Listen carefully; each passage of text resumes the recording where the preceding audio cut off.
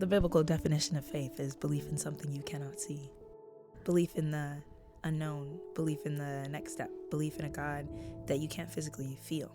Faith is the thing that keeps Christians going, and it's also the thing that people need in everyday life, whether they're Christian or not. You need faith to believe that every day is worth living and that you have a purpose, even if you can't see it right now. I feel like in life, there's lots of suffering in this world, but Jesus has defeated suffering and replaced death with life, and that's what he's done with my life. There's been lots of pain in my life, but he's changed it to beauty for ashes. I think the trouble with the self-help movement is it's all about us, and it's like we can fix everything. It's like we actually can't.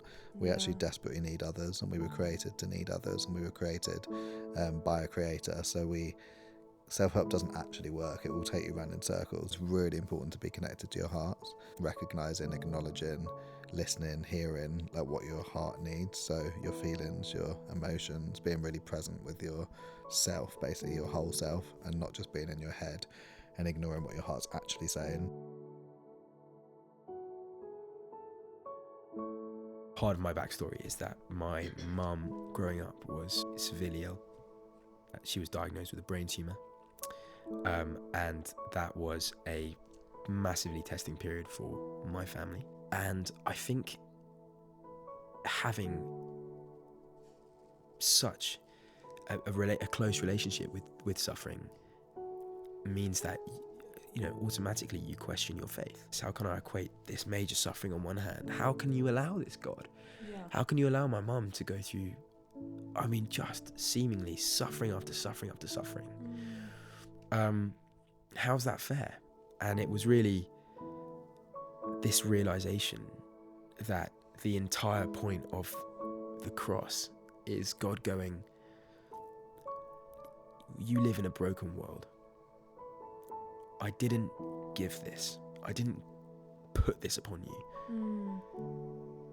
While I allowed it to happen, I sent my son, Jesus, to die and suffer in what was at that time the most painful method of torture, the most painful death on the face of the earth, so that I, as the God, as the tripartite God, as the Father, Son, and Holy Spirit, could experience human suffering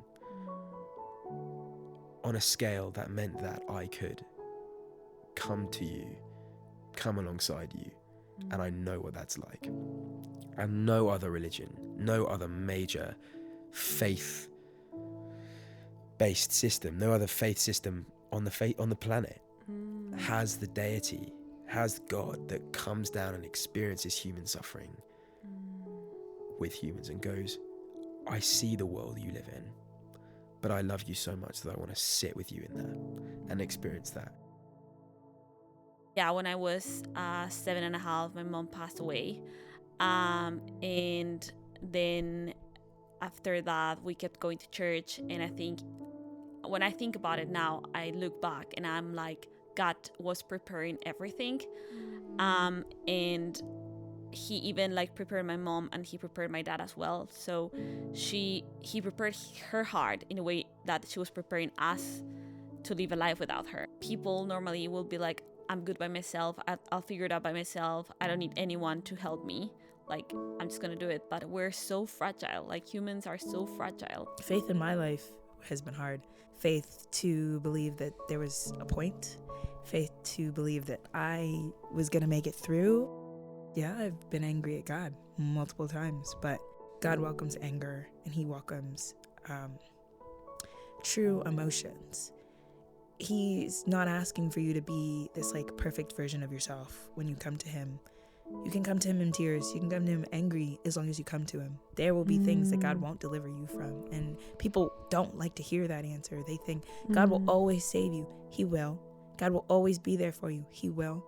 But when you pray his will above mine, and you understand the kind of world that we live in, and also the consequences of free will, you're going to be in a lot of pain.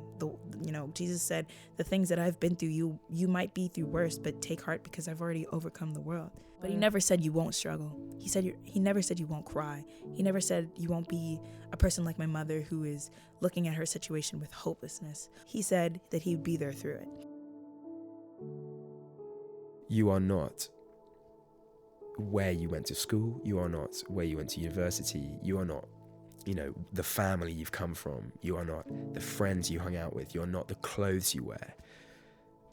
You're one thing, basically, and you're loved by God.